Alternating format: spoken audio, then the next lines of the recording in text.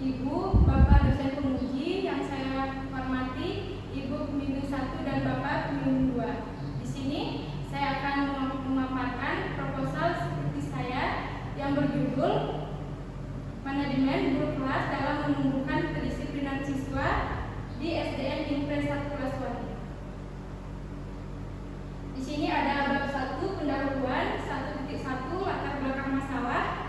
Berdasarkan hasil observasi calon peneliti lakukan, terlihat bahwa kedisiplinan siswa di SDN Impres 1 Kelas 1 masih menghadapi berbagai permasalahan seperti kurangnya kepatuhan terhadap tata tertib kelas, rendahnya konsentrasi saat proses pembelajaran berlangsung, serta masih adanya siswa yang berbicara sendiri, mengganggu teman, dan tidak menyelesaikan tugas tepat waktu. Selain itu, penerapan aturan kelas oleh guru belum sepenuhnya berjalan secara konsisten dan sistematis, sehingga beberapa siswa belum menunjukkan perubahan perilaku yang signifikan.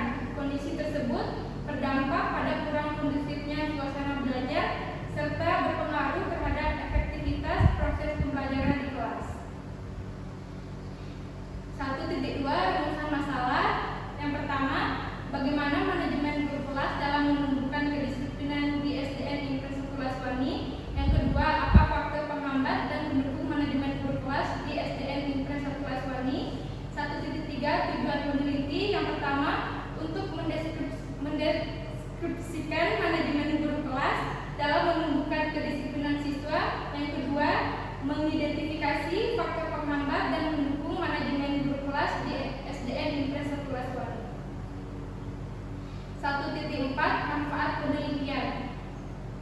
A. Bagi guru sebagai bahan evaluasi dalam mengelola kelas dan meningkatkan kedisiplinan siswa agar pembelajaran lebih efektif dan kondusif.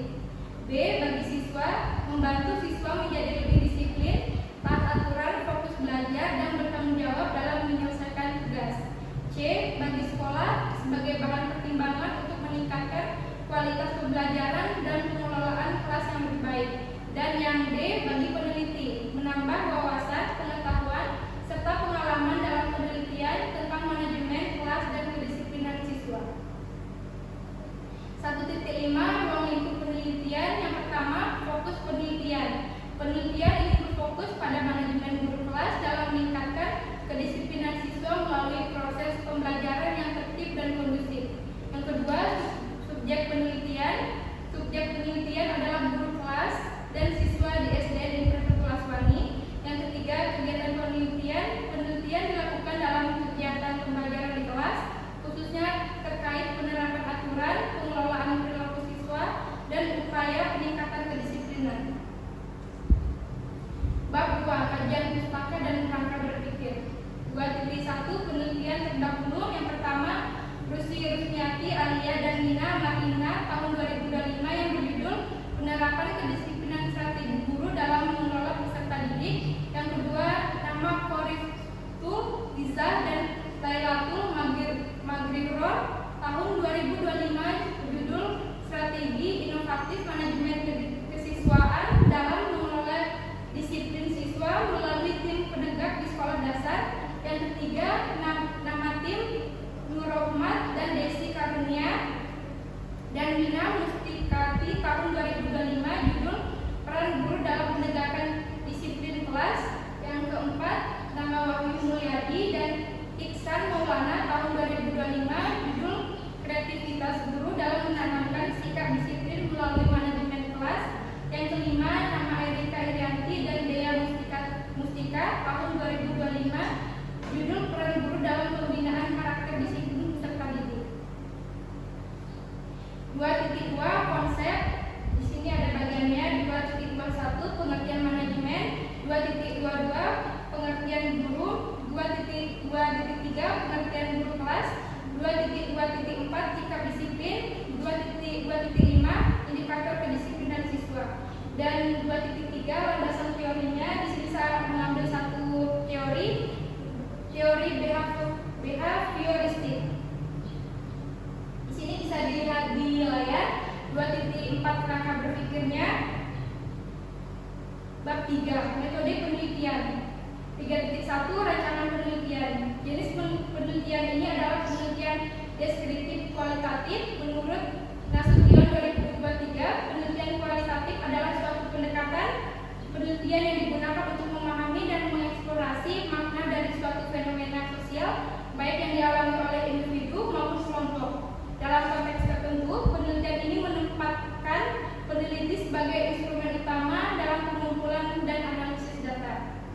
3.2 lokasi penelitian.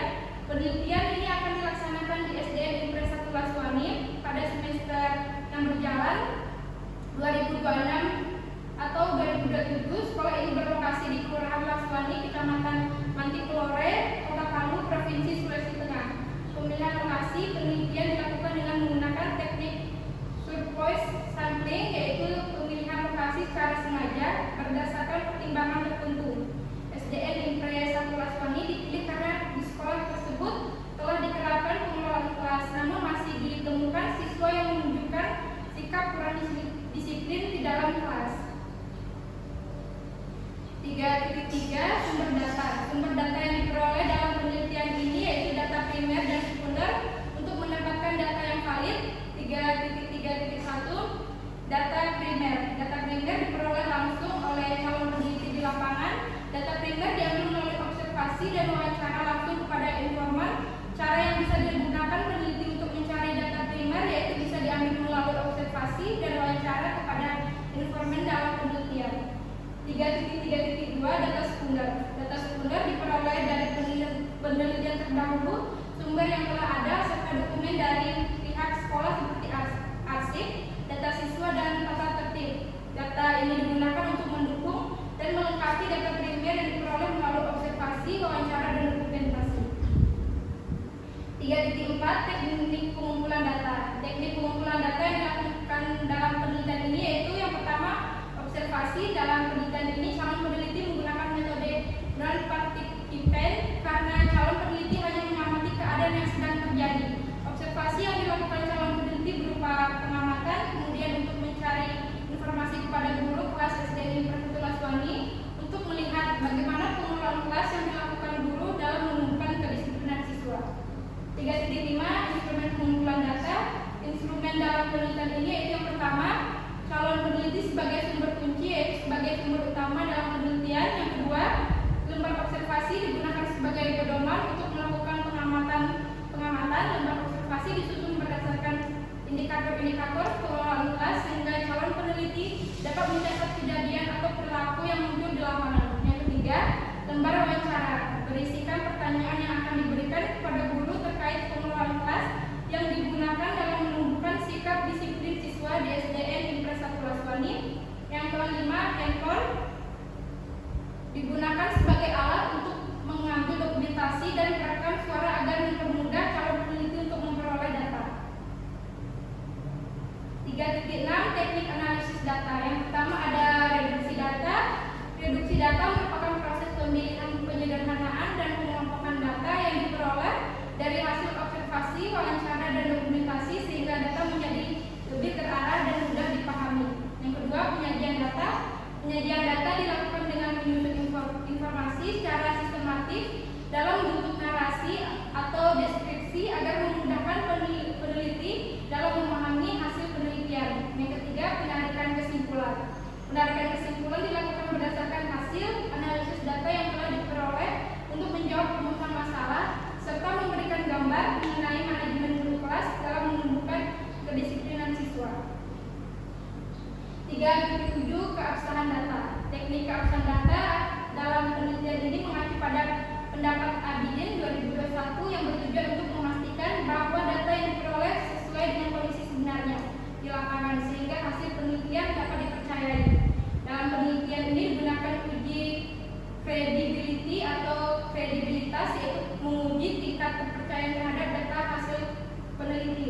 Untuk menguji kredibilitas data digunakan teknik triangulasi yang meliputi yang pertama, triangulasi sumber.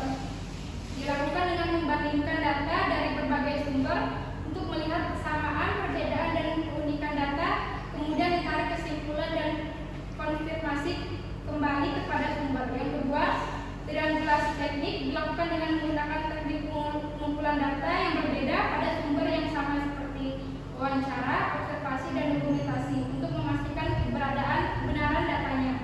Yang ketiga, triangulasi